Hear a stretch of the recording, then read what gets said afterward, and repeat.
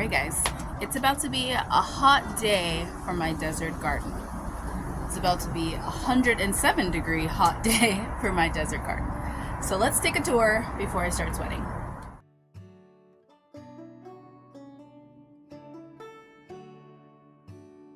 Hi everyone, welcome back to my channel. I'm Shamira Benson, one part of Team Benson, and today we are going to tour my desert garden because it's Sunday, so let's do it.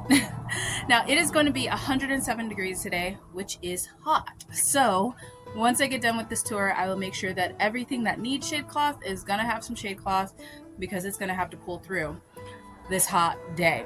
Now luckily we are still early on in the summer, so that means that our nights are still cool. I don't know if we're gonna get like super hot as we normally do because this is a cooler summer already than what it normally is, but we're still gonna take precautions and prepare our garden. But let me show you guys what's going on, because those last rainstorms, oh my goodness, they made the garden explode. And when I say explode, I literally mean explode. So we're gonna start up here up front because I am watering currently. So let's take a peek underneath the shade cloth. So far we have our squash. Actually, I think this one's a zucchini.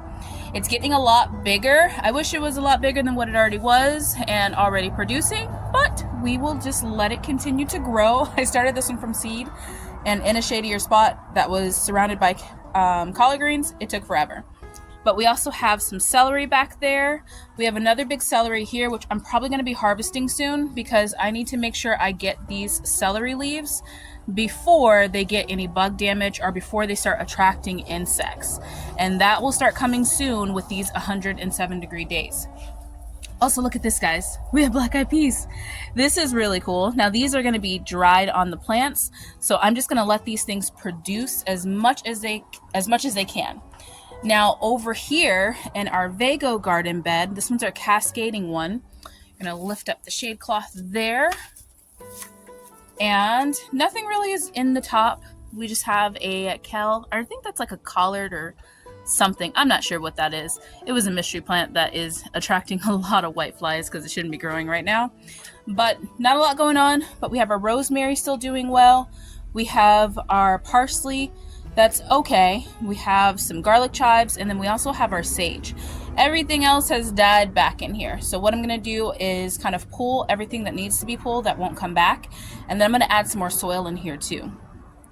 A lot of times what I'll do is I'll dig around, get the big giant root ball of whatever herb is in here, and then replant it back in there just so I can fill this up with soil, because there are composting worms in there, so the soil levels drop really fast.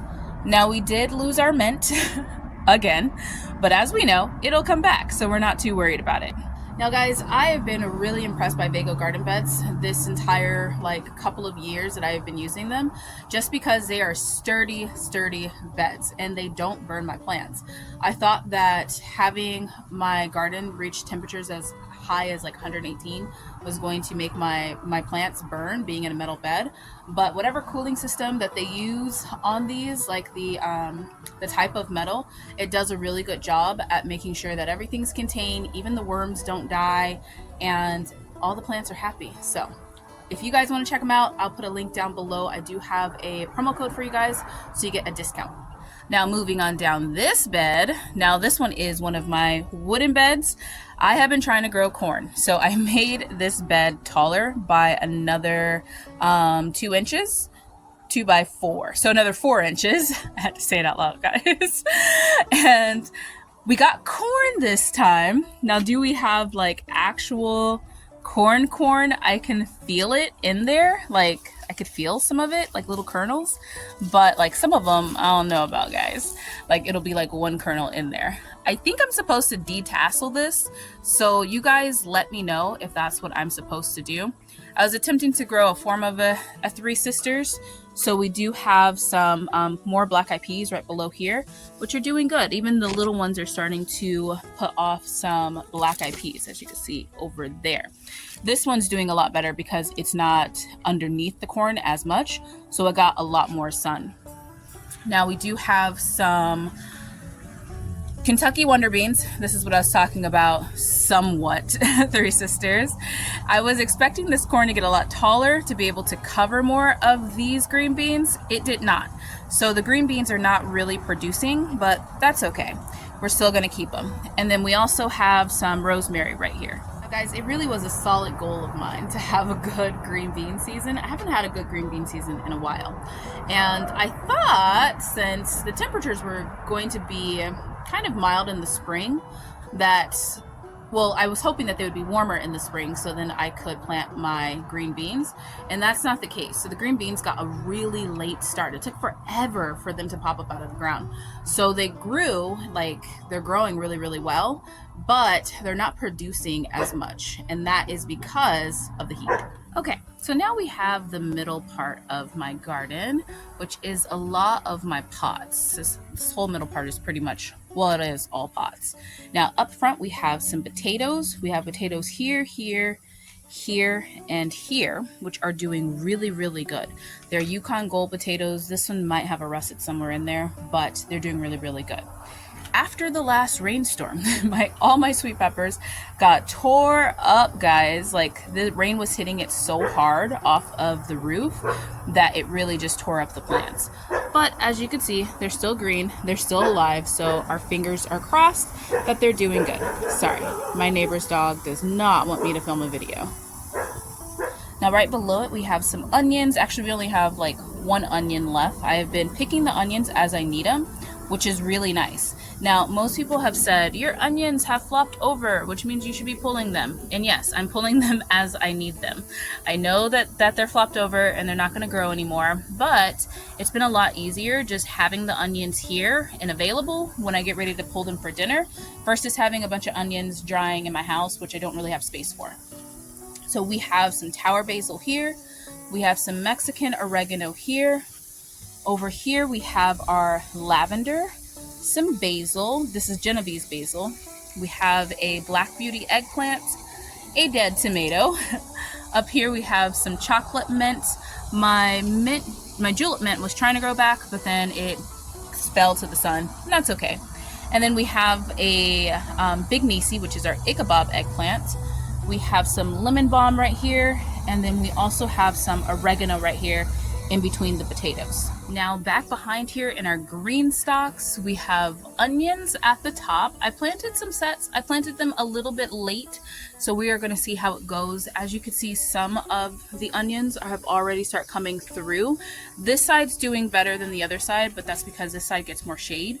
And then I have some corn at the bottom. I don't really think that the corn is going to do anything, but I am growing it for compost right now, like more things to compost out on our land. We have Yuli, which is right here. It's our grapevine, which is doing quite well.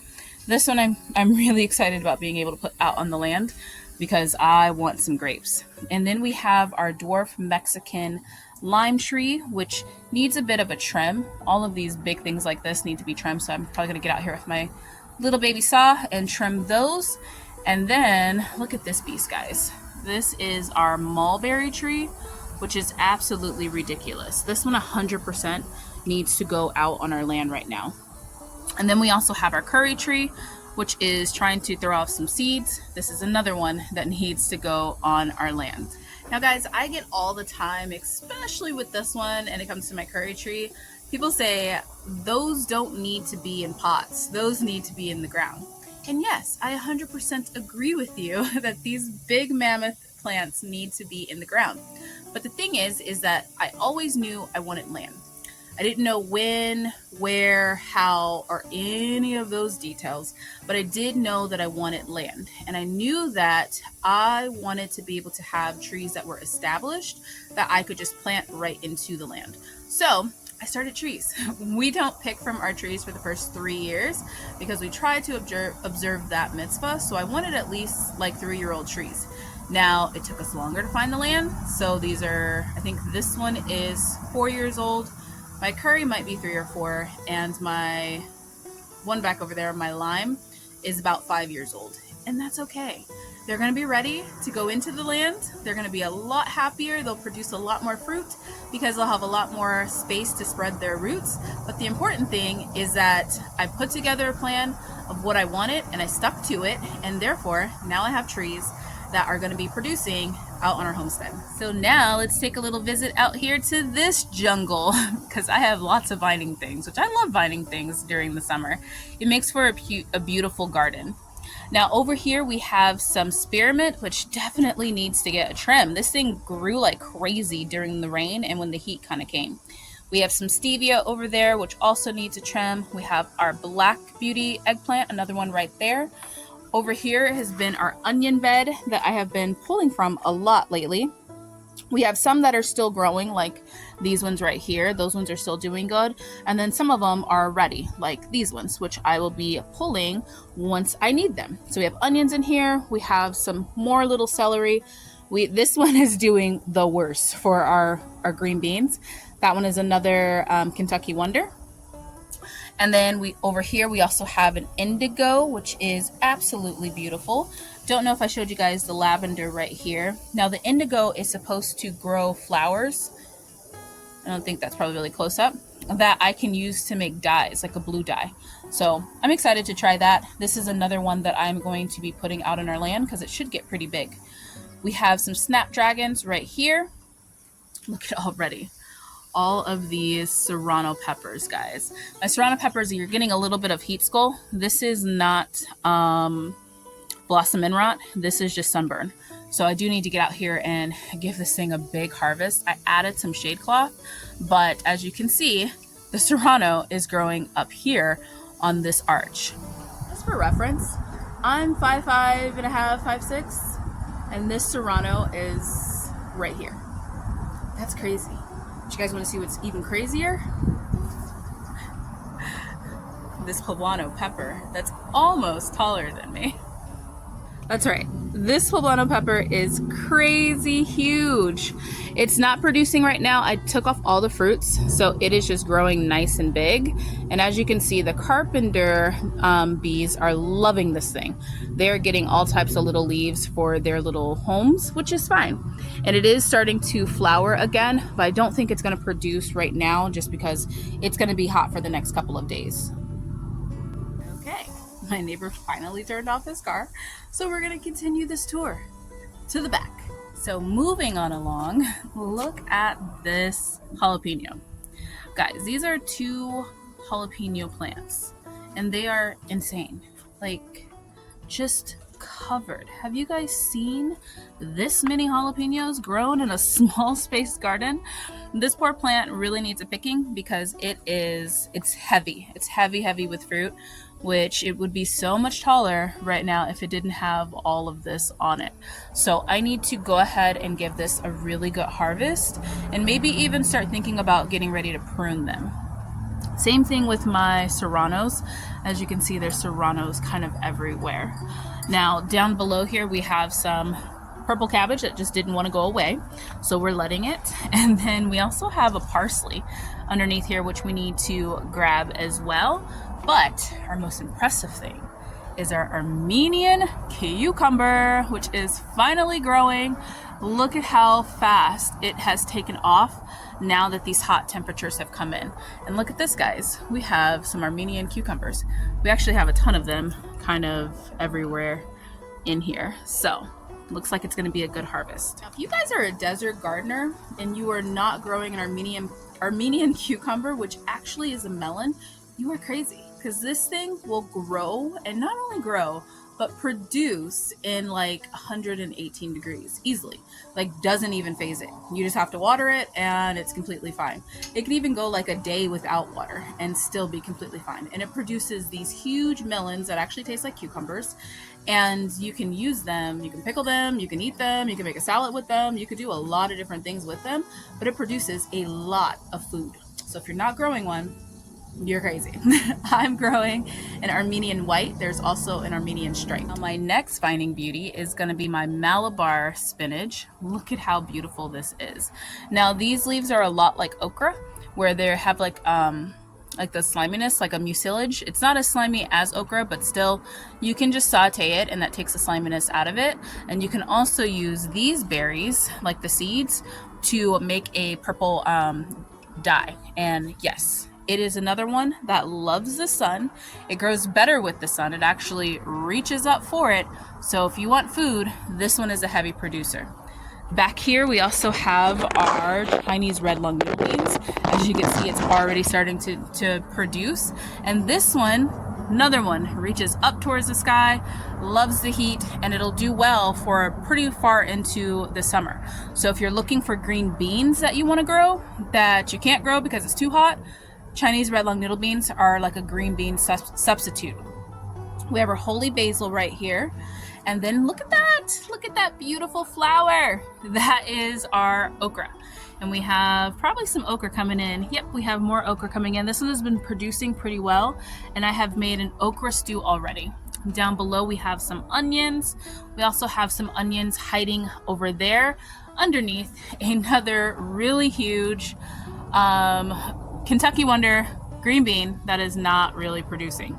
Boo, but at least it's really pretty. Now over here, our little medicinal bed got like a new life after the rain. As you can see, all of our primroses are starting to come back and our snapdragon is doing well, but the coneflower or cornflower isn't doing good. That one I think is died out, so I might be pulling that, which I planted the wrong one anyway, so not really too upset about that. And that's it, guys. That's what you could fit in a small space when it's 107 degrees. I hope you guys enjoyed my tour. I hope you guys are growing your gardens and finding some peace out in nature. And until next time, grow yourselves a garden, because even a small space can provide you with tons of food. Bye, guys.